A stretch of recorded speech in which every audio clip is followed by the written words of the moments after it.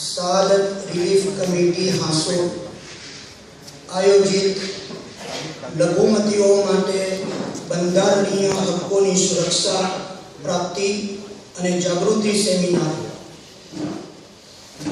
નહમદુહુ વ નુસલ્લી અલા રસૂલિહિલ કરીમ અમ્મા બાદ હઝરાત ઉલમાએ કિરામ હાઈકોર્ટ અને જુદી જુદી અદાલતોના ધારાશાસ્ત્રીઓ વકીલો સમાજના કાર્યકરો માર્ગદર્શકો અને જનતાના હિતોની ભાવનાઓ ધરાવતા મિલ્લતના વડીલો અને નવયુવાનો આજના આ પ્રોગ્રામ અને આ સભામાં આપ સૌનું ભાવભીનું અને આપ સૌનું હાર્દિક અભિનંદન છે। આજના આ ટૂંકા પરંતુ મહત્વપૂર્ણ અને ઉત્તમ હેતુઓને અનુલક્ષી યોજાયેલ કાર્યક્રમમાં આપ સૌની પધામણીથી ફરી એકવાર એ સાબિત થયું કે અલ્હમ્દુલિલ્લાહ આપણા અંતરમાં જીવનની રમત છે અને જીવવાનો જુસ્સો હજુ પણ બાકી છે। આપ માત્ર પોતાના લીધે નહીં પરંતુ બીજાઓ માટે પણ જીવવાનો ઉત્સાહ રાખો છો। ન્યાય માટે બહારથી લડતા અને જેલોમાં બંધ નિર્દોષ અને મઝલૂમ ભાઈઓના આંસુ લૂછવાની નિસ્વાર્થ ભાવના આપમાં તરવરી રહી છે।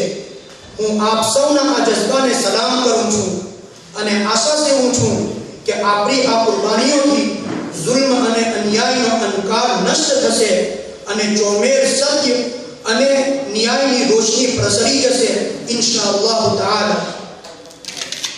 મિલ્લતના બુદ્ધિજીવીઓ આ સમગ્ર સૃષ્ટિ અને સંસારના સર્જનહાર આપણને સર્વશ્રેષ્ઠ સર્જન બનાવીને એ વાતના જવાબદાર ઠેરવ્યા છે કે આપણે તેની બનાવેલી ધરતી ઉપર તેના નાયક અને પ્રતિનિધિ બની વહીવટ કરીએ।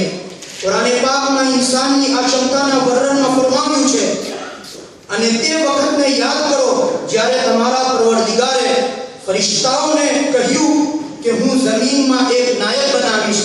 સૂરે બકરા આયત નંબર 30।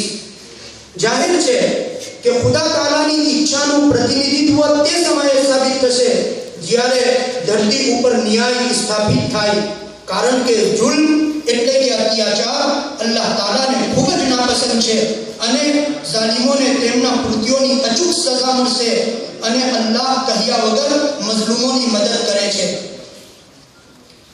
અત્યારે પણ જુલ્મ અને અન્યાયનો દોર ચાલી રહ્યો છે, પરંતુ જુલ્મ અને અન્યાયને નાબૂદ કરવાની જવાબદારી કોની છે? દુનિયાના કોઈ બીજા ધર્મ કે દેશ કે સંસ્થાની નહીં, બલ્કે આ જવાબદારી મુસલમાનોની છે। કુરાને પાકમાં છે કુંતુમ ખૈર ઉમ્મતિન ઉખરિજત લિન્નાસ, તમે લોકો સારી જમાત છો કે જે લોકો માટે કાઢવામાં આવી છે।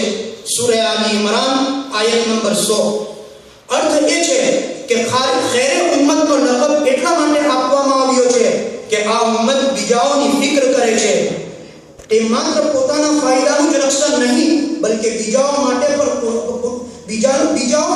કુરબાનીઓની ભાવના રાખે છે। તેને માત્ર પોતાના ઘરની આગ હોલવવાની ચિંતા નથી હોતી, બલ્કે આગ ચાહે કોઈ પણ જગ્યાએ હોય, મિત્ર કે શત્રુના ભેદભાવ વગર તેઓ માત્ર માનવતાના ગુણથી તેના ઉપર નિયંત્રણ પામવામાં પોતાનું સર્વસ્વ ન્યોછાવર કરી દે છે। મિલ્લતના હમદર્દો, વર્તમાનમાં આપણા દેશમાં પણ આગ પ્રસરી છે। જુલ્મ અને અન્યાયની આગ, હક્કો લૂંટવાની અને કમજોરોને દબાવવાની આગ, નફરત અને સાંપ્રદાયિકતાની આગ, કટ્ટરવાદની આગ, આતંકવાદની આગ, ભ્રષ્ટાચારની આગ, અસ્વસ્થતાની આગ, લૂંટમાર અને રિશ્વતની આગ, જ્યારે ચોમેર આગ જ આગ છે જેમાં માત્ર લઘુમતીઓ નહીં બલ્કે આખો દેશ સળગી રહ્યો છે। યાદ રાખો, આપણે જુલ્મની રમતમાં પ્રેક્ષક બની બેસી ન રહીએ। આપણે ખામોશીથી જુલ્મ વેઠતા રહીએ, શરીયત તેની પરવાનગી આપતી નથી। સમગ્ર વિશ્વને સફળતાનો સંદેશ આપતા અને માનવતાના ઉપકારક જનાબે રસૂલુલ્લાહ સલ્લલ્લાહુ અલૈહિ વસલ્લમે ઇરશાદ ફરમાવ્યો, પોતાના ભાઈઓની મદદ કરો, ચાહે તે ઝાલિમ હોય કે મઝલૂમ હોય। વહાલા શ્રોતાઓ, આ આપણો દેશ છે। આપણને દેશ પ્રત્યે મોહબ્બત જ નહીં બલ્કે ગર્વ છે। આપણે અહીં જન્મ્યા છે। આ દેશની ધરતી આપણી જન્મભૂમિ છે. મુસ્લિમોએ પોતાના 800 વર્ષના શાસનકાળમાં હિન્દુસ્તાનને માત્ર ચારે બાજુ પ્રગતિના પંથે પહોંચાડ્યું, બલકે અહીંયાની ગંગા જમની સંસ્કૃતિને આગળ વધારી સમાજના દરેક વર્ગને સ્થાન આપ્યું. આપણે દરેક હિન્દુસ્તાનીને છાતીએ લગાડ્યો અને જ્યારે કમનસીબે લાલ કિલ્લાની ઉપર યુનિયન ઝંડો ફરકવા લાગ્યો તો એ મુસલમાનો જ હતા જેમણે સૌપ્રથમ એકલા અને ખડે પગે અંગ્રેજોથી બદલો લેવા આગળ આવ્યા. પછી તબક્કાવાર અન્ય દેશ બંધુઓ આઝાદીની ચળવળમાં જોડાયા ત્યારે આવનારને આવકાર્યા અને પછી તેમની અધ્યક્ષતા ઉપર આંગળી પર ન ઉઠાવી.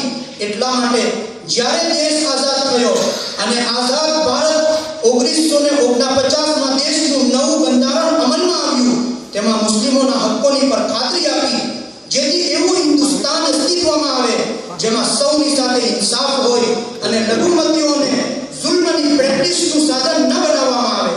પરંતુ અફસોસ કે અમલી ધોરણે આવું ન થઈ શક્યું અને આઝાદીથી લઈ આજ સુધી મુસ્લિમો જુલ્મ અને અન્યાયના શિકાર રહ્યા. કોમી રમખાણો દ્વારા મુસ્લિમોની જાન માલને ટાર્ગેટ બનાવવામાં આવ્યા. શિક્ષિત મુસલમાનો ઉપર ખોટા આરોપો મૂકી તેમને જેલમાં ધકેલીને કોમની કિંમતી પૂંજીથી વંચિત કરી દીધી.